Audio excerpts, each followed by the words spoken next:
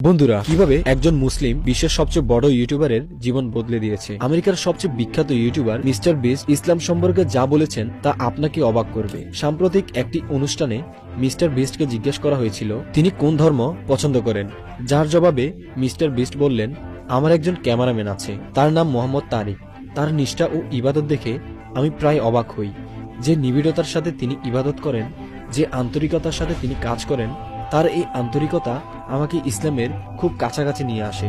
শুধু তাই নয়, তিনি কোনো অন্যায় পছন্দ করেন না। তাকে আমরা কখনো মদ পান করতে দেখিনি, যদিও এখানে তাদের সব ধরনের স্বাধীনতা রয়েছে, কিন্তু তারিক এসব সুবিধা গ্রহণ করেন না। সে ইসলামের বাহিরে কোনো কাজই করে না। মিস্টার বিস্টের মুখ থেকে এসব কথা শুনে সবাই অবাক হয়। তারপর হোস্ট মিস্টার বিস্টকে জিজ্ঞেস করলেন, আপনি কি ভবিষ্যতে ইসলাম ধর্ম গ্রহণ করবেন? তো মিস্টার বিস্ট জবাবে বললেন, এই বিষয়ে আমি কিছু বলতে পারবো না, কিন্তু ভবিষ্যতে আমি যদি কোনো ধর্ম গ্রহণের কথা ভাবি তাহলে সেটা হবে